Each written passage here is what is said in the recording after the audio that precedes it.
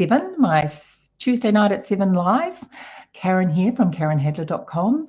So happy to have you here. I'll just wait, actually, so happy to have you here, and no one's actually joined me yet. But when you do, I'm so happy to have you here. Thank you so much for stopping by. Tonight, we're going to be looking at decorative masks. I don't know if you've seen these in the annual catalogue, but just in case you haven't, I thought I'd just share them with you and just show you what they're all about, the couple of things that you can do with them, and about the embossing paste. So let's flick over to the desktop and we will get started. So when you do come, when someone does come, please say hi. Let's go over to the desk. There we go. Right, I'm just going to pop it on my phone as well. I just like to make sure that I can see. Karen here from Karen Hadler. And I do this every time I forget to turn it down. So, oh, hi, Shani. Thank you for saying hi. I sometimes feel like I'm talking to myself, so it's always good to know that someone's out there. Thank you so much for making a comment. Now we're just going to talk about, as I said, the decorative masks. Now these are on page 128. I really do like using them, and I haven't used them for a while, so I thought what a great opportunity to bring them out and have a wee look at them. So they, as I say, on page 128, they're called decorative masks, and there's basic patterns and plenty of patterns. I've got both of these here, which I will show you. So they're just like sort of not plastic, they're sort of a hard, it's sort of like a window sheet but thicker, and they have patterns on them, and we've got some beautiful patterns on the ones that we have. I'll just pop them down here so you can see. I like this one. This is the one that's got lots of dots in it. Great for just adding just a tiny bit on your project, or using the whole background, or just putting just a small area, which is fantastic. This one is trees, and I don't know, I'm sure they've probably got names, but they're just different patterns. This one's fantastic. I love this geometric style.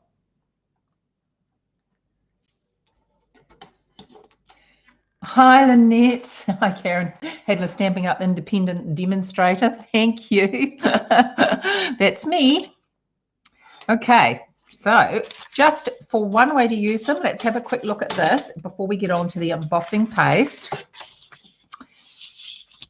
Easy to use with your blending brushes. Now, if you wanted to do something that really required it to be really steady, a really good advice is to actually tape down the side so that it doesn't move. I'm just going to be doing a quick demonstration here, so I'm not going to tape it down, but it is quite a good idea to be able to do that. So all you need to do, and I'll just show you a couple of colors, is as you would do if you were blending anything on your paper, except you're going to end up with some gorgeous patterns instead. So do a little bit of the polished pink, and then we will use a Coastal Cabana and just add a bit. Gone quite dark there, but obviously, if you wanted a softer color, you wouldn't come in so dark, but this is just really a demonstration. And then you lift it off, and isn't that just beautiful? I just love, love, love how that turns out. So effective. Okay, so that is one way of using the decorative masks. Now, if you want to use them to add some beautiful texture to your project, I'm just going to grab this one here. We are going to use the embossing paste. Oh, they all get caught up on each other. This one doesn't want to come out. There we go. So if you all use, has anyone out there used these with embossing paste, or even with anything? Let's have a look. I've got my silicone mat here, my silicone mat and my spatula, and I've got my decorative mask that I'm going to use. And this is how I store my paste. I have it in a plastic bag. This has actually got one of those zip locks on it as well. And I store it like this. And then inside, I also have it with a little bit of plastic. You can use Glad wrap or any kind of sort of softish plastic. And I pop that also into the lid so that it gives it that extra seal. And then it comes with this silver lining. And I keep mine like that, and I don't have a problem with it drying out. It really does last quite a while. Now, the one that I'm using tonight, you get the standard paste. It's called Matte Finish, and this is the shimmery white. So this has a bit of glitter to it, which I love anything with a bit of glitter, a bit of bling. Okay, and so I'm going to put, you can go directly from here, but I'm going to add a bit onto this because I'm going to use some of it white, and then I'm going to add some grey to it to colour it. Now, I'm going to use grey, but you can use any colour you like. I'm going to seal this up again straight away so that it doesn't dry out. The other really important thing to do when you've finished is to actually wash everything really smartly, because it does dry out pretty quick. Okay, so let's get started. Now, the best way to use this is on the underside, so not on that side there, but on this side, because you're going to be just like you are icing a cake. So I'm only going to use one of these squares, and I'm just going to move it around. Now, you probably won't see the white quite as well. That's why I used the shimmery, so that you could see it a little. You'll see it more when I put it with the contrasting colour. And then gently lift it. And then look at that wonderful, wonderful texture. Isn't that just amazing? You see the glitter in that. Hi, Sharon. Welcome. Lovely to hear from you. Lovely to see you. Well, I can't see you actually, can I? But you know what I mean. We're just talking about embossing paste, adding texture to your project. And I'm going to do another bit of white over here. This doesn't take too long to dry. It takes a little bit, but not too much. So I'm not spreading it very thinly, just evenly. And then I can pop what I want back on there. There we go. And then I'm going to add some contrasting colour. I'm going to add some.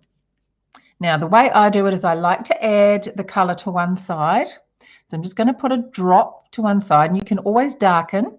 I'm using basic grey.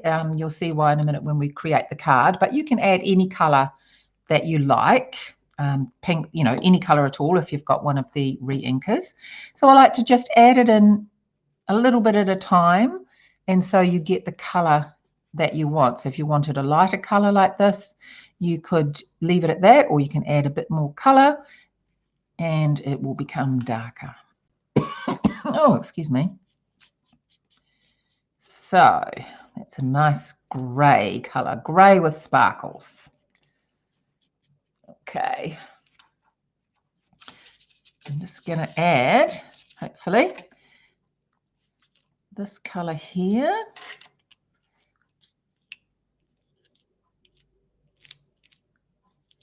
So it's just a thin layer, just as I say, like you're icing a cake, and spread it over evenly. And then I'm going to swap that round. So you don't need much. If it was just white, I could pop it back in, but obviously I can't pop this one back in because it is a different color. But you could wrap this up in some Glad wrap in a sealed container. Keep this color for another project and keep the same shade.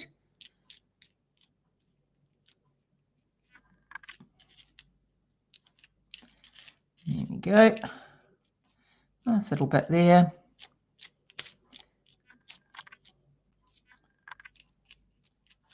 And ta-da.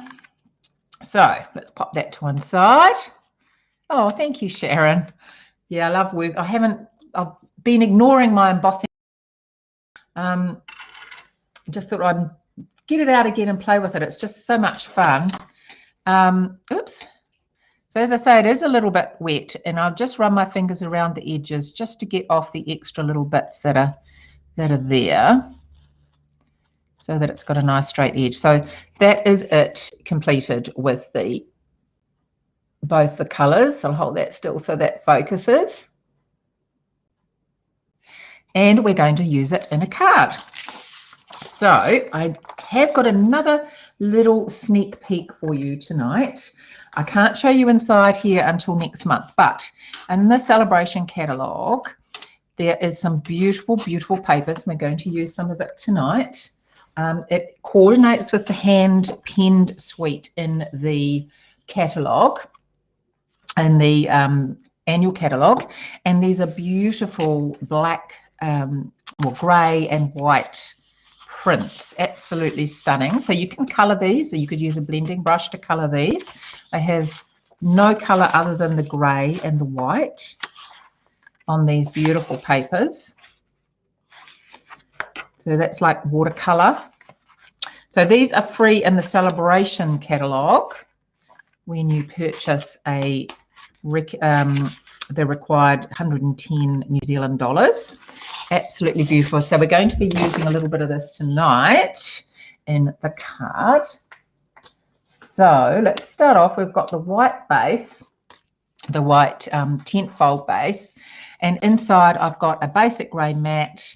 I have got a white mat, and I have used a strip of that designer series paper on there. Okay, so I'm going to glue another basic grey mat on there.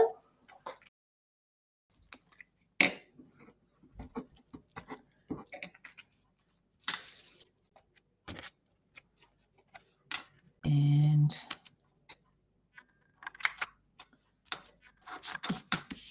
brilliant. And then I am going to pop this on. It won't matter. Okay, let's just give that a second to dry. So I've got another strip of the beautiful designer series paper. That is going to go there.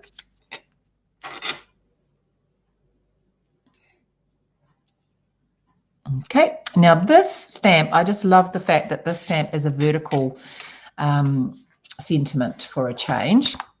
And it's from the Celebrate with Flowers, which I have used before. But I do love that the Happy Birthday is a vertical stamp. Just really gives you something, just a little point of difference sometimes when you're using, creating a card, having that vertical sentiment.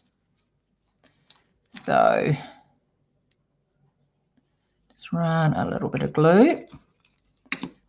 And I'm just going to pop that there. Over a little bit actually. And then it's still a little bit wet, but it should be fine.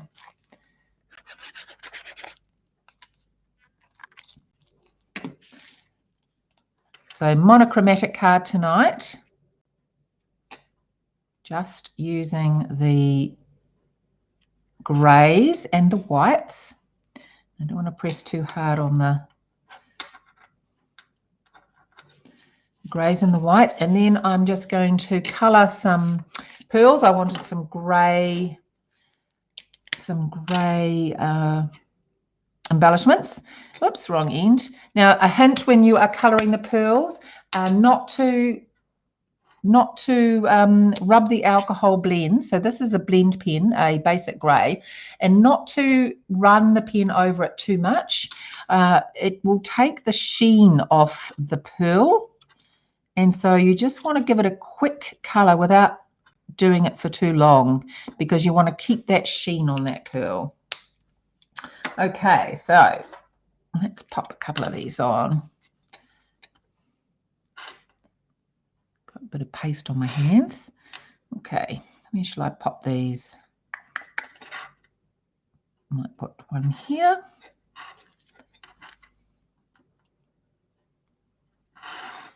And one there. Could probably put more than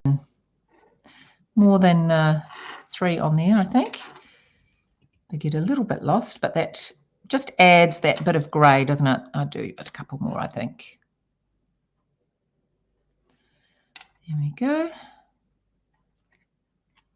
And one more. Always good to have a few embellishments. And pop one there. And there we have the card. So it really does add that beautiful, lovely bit of texture to your card. And yeah, just makes the whole card just that is the feature, and you really, really don't need much else other than the gorgeous embossing paste. So I hope that gives you incentive to use it. No one's actually said they've used the embossing paste before. If you haven't used it, really is something super fun to have a go at. Yeah, so have a go. Love to see what you create, and I look forward to seeing you all again next week. Take care. Bye.